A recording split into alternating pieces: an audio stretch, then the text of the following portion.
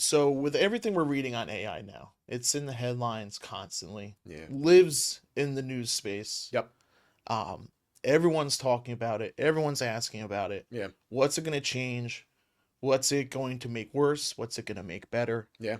And I think that there is a lot of opportunity in our industry for advisors to utilize it Hmm. to serve their clients. Yep. And I think that there is a lot of opportunity that we can really seize here.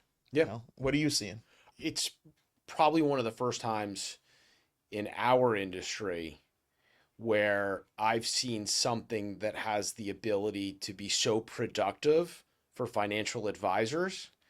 But I think it's different from what the investing public thinks it is. Um, so a couple of things that I'm hearing from clients, right? Like not even clients, just individuals as we talk about AI. Is it very similar to when I started in the business, when it was like E-Trade came out and it's like, oh no, E-Trade's going to replace advisors, right? AI is going to replace advisors. AI is going to go ahead and build portfolios. AI is going to go ahead and do financial planning. I mean, ask AI.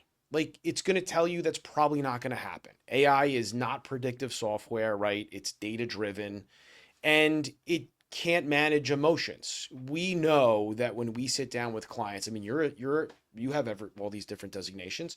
You do this planning work for us. How much emotion is behind decisions that clients make when you're sitting with significant others, a husband, a wife, a spouse, whatever the case may be? Like, what isn't a lot of this like passion, energy, emotion with the decisions that they're making? Totally. I mean, it's all emotion driven. It's all emotion driven. These conversations that we have with clients, and it's really our job to pull that emotion out of the equation Hmm. and just revert back to a plan Yeah. and just say, this is where we are. Here's where we need to be. This is the portfolio we designed to get us there. And we took into consideration that we are going to see ups and downs in the market. And the number one way we will derail this plan is by deviating from what we're doing and making a knee jerk reaction. And I think that that is the human element that AI can't replace. Absolutely. Yeah. So from our standpoint, there's always going to be that need where clients need to speak to an individual. And from a predictive standpoint, the thing you have to understand about the markets is that, in my opinion at least, like when you look at large cap domestic equities, these are some of the biggest companies in the world. Um, this is probably one of the freest markets you will ever find, which means that when any news or information comes out, or the anticipation of news or information, the fair market price is priced in almost instantly. Arbitrage doesn't exist in our world. It hasn't for some time now. So when you're asking AI to help create like an individual equity portfolio for you, in theory, it would be giving the same answers to every other individual who asked it that same exact question. And so that's what removes arbitrage. And that's what removes the ability to have something move to a separate price because it would change the market. And so it's just something that we see is very unlikely to take place. And I think the other thing that's a big topic of conversation right now is like the economic standpoint of this thing. Like people are so afraid. If we remove the planning aspect and those questions from it, now we're talking about like, well, is there a bubble in it? Right? Is this bubble forming? And is this similar to the tech bubble burst? And that's a question I mean we get that asked all the time. Totally. Yeah. But, I think that the difference is, and I mean, you lived through it Yeah. and you were in this business during it. But, I think that a lot of these companies really do have value to offer. And that is going to be a key difference between something like a tech bubble burst. You Yeah. hit the nail on the head. I mean, that's like remember, tech bubble burst was like almost an accounting issue in a way.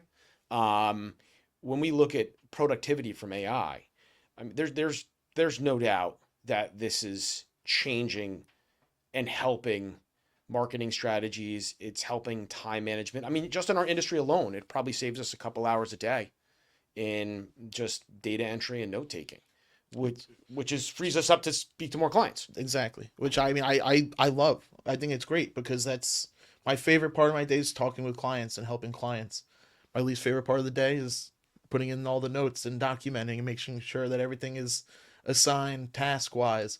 So having software that helps us do that and free up all that time in the day, I mean, I've been able to increase meetings available on my calendar by over 25%. It's And nice. when you're making investments inside of AI, I think that's the other thing that people are missing, the actual magnitude of how big these like next generation AI centers are.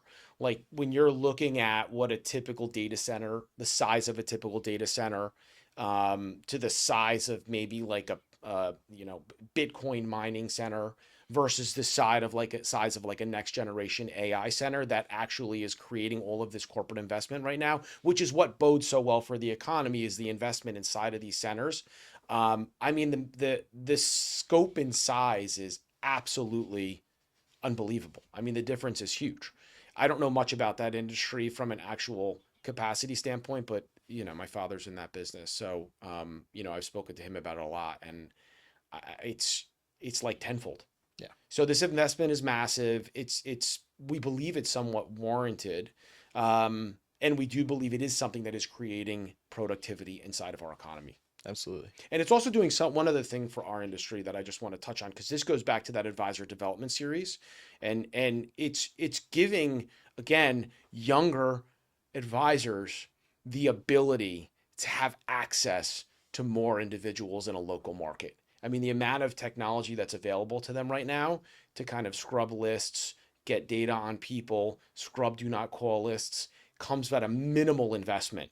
A minimal investment. It's all things that we used to have to do by hand, and it took hours, Mm-hmm. hours, and now you can use software that'll do it for you in a minute. Yeah. So I mean, I love the move in AI. I love what it's done for the economy. I love what it's doing for our industry. I love what it's doing for productivity in the aggregate.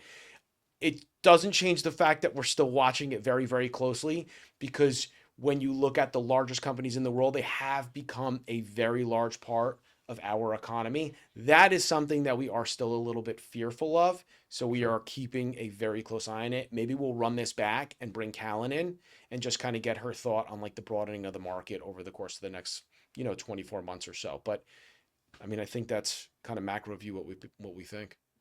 Absolutely. Awesome.